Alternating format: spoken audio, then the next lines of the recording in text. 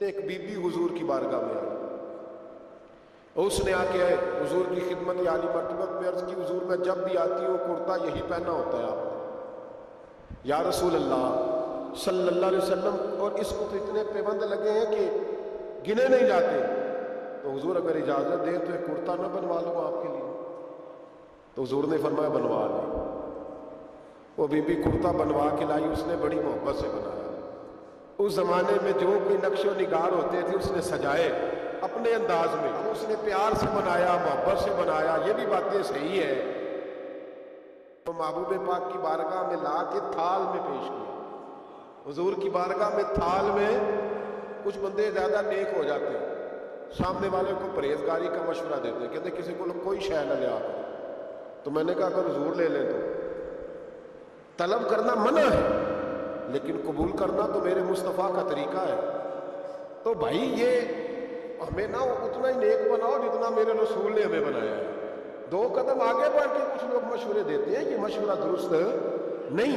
نبی پاک نے فرمایا تو کسی سے طلب نہ کر، لیکن اگر کوئی تیری طرف تحفہ بڑھائے تو اسے قبول کر، محبت میں اضافہ ہوگا۔ جب حضور قبول کرتے ہیں جو کائنات کو بانٹتے ہیں، تو پھر تو دوسرے پہ کیسے پابندی لگا سکتا؟ میرے رسول کریم علیہ السلام کو اس نے پیش کیا، کہ حضور قبول کر لیں، حضور نے قبول کیا۔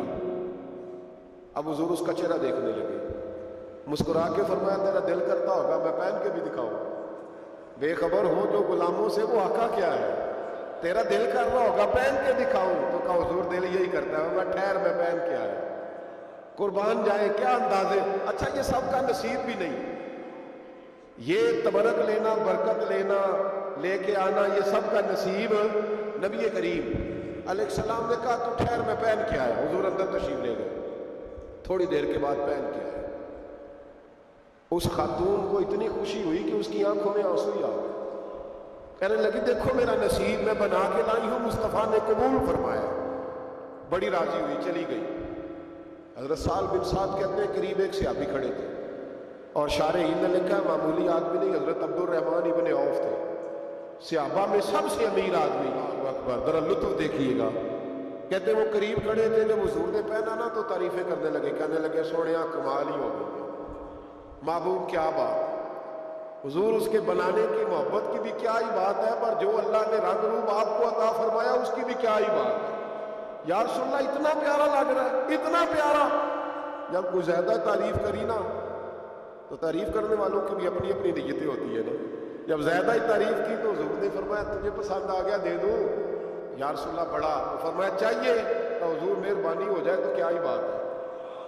سرکار اندر گئے، وہ پرانا کرتا دوبارہ پہنا، اور میرے رسول پاک علیہ السلام نے اس کرتے کو اتارا، بخاری پڑھ رہا ہوں، اور نبی پاک نے لا کے دیا، فرمایا چل یار وہ بھی راضی ہو گئی ہے، تو بھی راضی ہو جا، چل دونوں ہی راضی ہو جائیں، وہ بھی راضی ہو کے گئی، تو بھی راضی ہو کے جا۔ اس کو دیا، حضور چلے گئے۔ صحابہ بعد میں اس صحابی کے پیچھے کہنے لگے یار تو تگڑا بندہ ہے، تجھے ضرورت ہی نہیں تھی، اور حضور علیہ السلام نے بڑی مشکل سے قبول کیا۔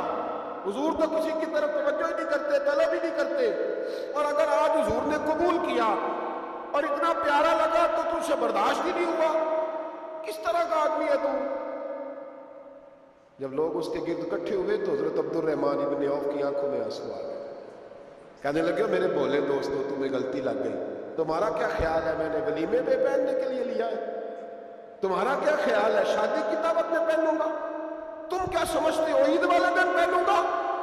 اور گویا اپنی داڑھی کو پکڑ لیا، کہنے لگے دیکھو بال سفید ہو رہے ہیں، پھل پک رہا ہے، گنہگار بڑا ہوں، اگرچہ بدر میں بھی گیا ہوں، احد میں بھی تلوار اٹھائی ہے، مال بھی دیا ہے، ہر جگہ گیا ہوں، پر کسی عمل پر بھروسہ نہیں۔ یہ کرتا حضور کے جسم سے لگ گیا ہے، اب اسے سنبھال کے رکھوں گا، اور مرتے وقت وصیت کروں گا گھر والوں کو کہ جب میں مروں نا تو اس کرتے میں مجھے کفن پہنا دو۔ مجھے امید ہے جب حضور کا کرتا پہن کے قبر میں جاؤں گا تو رب کے فرشتے مجھ پر عذاب نہیں دیں گے، بلکہ بغیر حساب کتاب جنت عطا فرما دیں گے۔